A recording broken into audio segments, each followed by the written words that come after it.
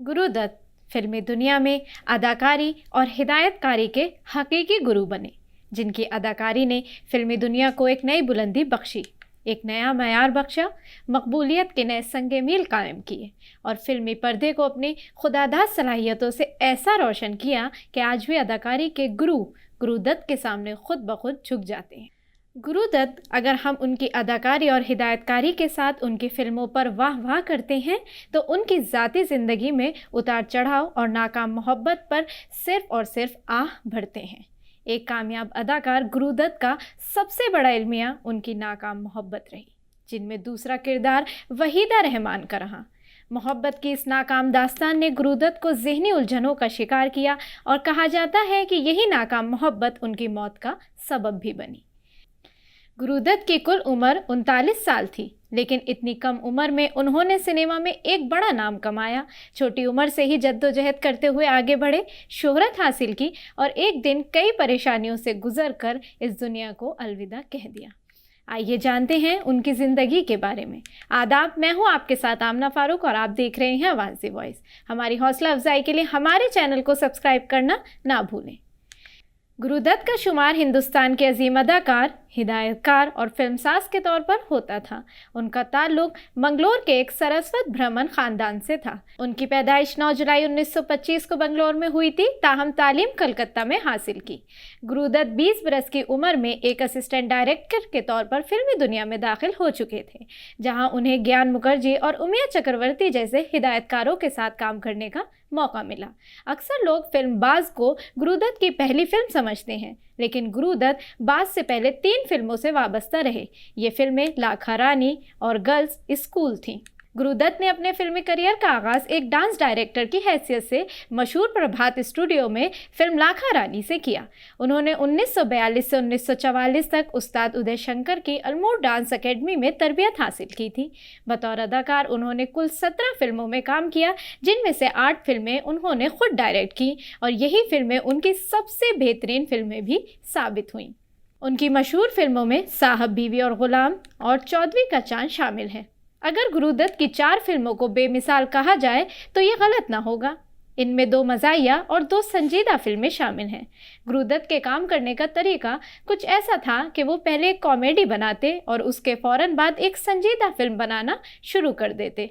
अदाकार Johnny walker से मुलाकात का किस्सा भी काफ़ी मुख्तलिफ है। जॉनी वॉकर का असल नाम बदरुद्दीन जमालुद्दीन काजी था, जो अपने ख़ानदान को सपोर्ट करने के लिए मकामी बस सर्विस में बतौर कंडक्टर काम करते थे। उनकी वजह शोहरत ये थी कि वो सफ़र के दौरान मुसाफिरों का दिल बहलाने के लिए उन्हें लतीफ़े सुनाते थे और स्टेशनों का ऐलान भी मज़ाही अंदाज में किया करते थे। एक दिन इसी बस में अदाकार बलराज साहनी सवार थे और चूँकि वो उस वक्त गुरुदत्त की फिल्म बाजी लिख रहे थे, इसलिए उन्होंने बदरुद्दीन को अगले दिन प्रोड्यूसर गुरुदत्त और हीरो देवानंद के सामने एक शराबी की अदाकारी करने का टास्क दिया। बदरुद्दीन ने अगले ही दिन जाकर सेट पर शराबी की ऐसी लाजवाब अदाकारी की कि देवानंद और गुरुदत्त दोनों बेसाख्ता हंस पड़े और उन्होंने तकरीबन मुकम्मल हो जाने वाली फिल्म में बदरुद्दीन के लिए एक नया किरदार डाल दिया। ये गुरुदत्त ही थे जिन्होंने बदरुद्दीन का नाम जॉनी वॉकर तजवीज़ किया, क्योंकि एक तो ये उनकी पसंदीदा विस्की का नाम था, दूसरा वो बदरुद्दीन की शराबी अदाकारी से बेहद मुतासिर हुए थे। एक तरफ जहां महबूब खान, बिमल राय और राज कपूर की फिल्मों ने देवदास की इमेज की सूरत में इस दौर के हिंदुस्तानी नौजवानों की एक अलग और नई तस्वीर पेश की, तो वहीं दूसरी जानिब गुरुदत्त ने उस मायूस संजीदा हीरो को एक ज़ाती और सियासी पहचान दी। एक ऐसे वक्त में जब हिंदुस्तानी सिनेमा एक नए दौर की तलाश में था, गुरुदत्त ने अपनी फिल्मों में बहुत से मुश्किल मसाइल उठाकर लाखों नौजवानों के दिलों में जगह बनाई। गुरुदत्त ने सिनेमा की एक ऐसी तारीख लिखी जिसका असर आज भी सिनेमा पर नजर आता है। गुरुदत्त को उर्दू से बेहद मोहब्बत थी। उनकी फिल्मों में ऐसी उर्दू शायरी की बहुत सी मिसालें मौजूद हैं, जिसका जन्म बम्बई की फिल्म इंडस्ट्री में हुआ और जिसका असर आज भी फिल्म इंडस्ट्री पर साफ नजर आता है।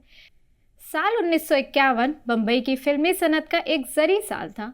इस बरस दिलीप कुमार और नरगिस की दीदार और हलचल, मधुबाला और दिलीप कुमार की तराना, हिदायतकार जिया सरहदी की हम लोग और राज कपूर की आलमी शहरियत याफ्ता फिल्म आवारा भी रिलीज़ हुई थी।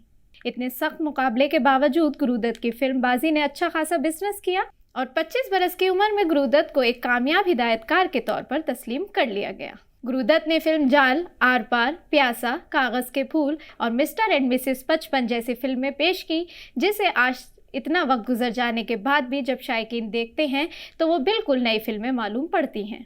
आर पार और मिस्टर एंड मिसेस 55 का शुमार हिंदुस्तान की यादगार मज़ाहिया फिल्मों में किया जाता है, जबकि प्यासा और कागज़ के फूल न सिर्फ हिंदुस्तानी बल्कि आलमी सिनेमा की दो निहायत ही अहम फिल्में मानी जाती हैं। साल 1956 में गुरुदत्त की फिल्म CID मंजर आम पर आई। बाजी और आर पार की तरह ये भी जुर्म सज़ा की एक कहानी थी, लेकिन इसमें गुरुदत्त ने वहीदा रहमान को मुतारुफ कराया और हिदायतकार की ज़ाती ज़िंदगी में ये वाक़या एक इंतहाई अहम मोड़ साबित हुआ। साल 1953 में गुरुदत्त ने इस ज़माने की मारूफ गुलकारा गीता दत्त से शादी कर ली थी। उनके 2 बेटे भी पैदा हो चुके थे और ज़िंदगी बड़ी खुशगवार गुजर रही थी। लेकिन वहीदा रहमान गुरुदत्त की फिल्मी ज़िंदगी में दाखिल हुई तो उनकी घरेलू ज़िंदगी में एक तूफ़ान आ गया और वो गीता दत्त से अलग मकान लेकर रहने लगे। वहीदा ने जब देखा कि गुरुदत्त की तमाम परेशानियों का इल्ज़ाम उन पर आ रहा है तो वो भी किनारा कश हो गई और यूँ गुरुदत्त बिल्कुल तन्हा रह गए। बीवी और महबूबा के 2 पार्टों के दरमियान पिसकर रहने वाले गुरुदत्त ने अपनी ज़िंदगी को शराब में डुबो दिया। गुरुदत्त ने कागज़ के फूल बड़े दिल से बनाई थी और इसका मुहूर्त दिल्ली में नायब सदर डॉक्टर राधाकृष्णन के हाथों अंजाम पाया, लेकिन ये फिल्म बुरी तरह फ्लॉप साबित हुई। इस नाकामी ने गुरुदत्त को तोड़ कर रख दिया। बतौर हिदायतकार उनकी खुद एतमादी खाक में मिल गई, हत्ता कि जब फिल्म साहब बीबी और गुलाम बनकर तैयार हुई तो इस पर बतौर हिदायतकार गुरुदत्त ने अपना नाम भी नहीं दिया था। 9 अक्टूबर 1964 की शाम गुरुदत्त की बेशतर फिल्मों के राइटर और दोस्त अबरार अलवी उनके पास थे और खाने पीने की महफिल के बाद रात के 1 बजे तक उनकी गपशप होती रही। बातों बातों में इस पर भी बहस हुई कि बाज़ लोग खुदकुशी के लिए बड़ी तादाद में नींद की गोलियां खा लेते हैं, लेकिन फिर भी मौत दगा दे जाती है और उन्हें अस्पताल ले जाकर बचा लिया जाता है। चनांचा दोनों ने हंसी मजाक में इस बात पर इत्तेफाक किया कि गोली फाँकने के बजाय उन्हें बारीक पीसकर पानी में मिला लेना चाहिए ताकि फौरी असर हो। रात के 1 बजे के करीब गुरुदत्त ने कहा कि मुझे नींद आ रही है और अबरार अलवी अपने घर चले गए।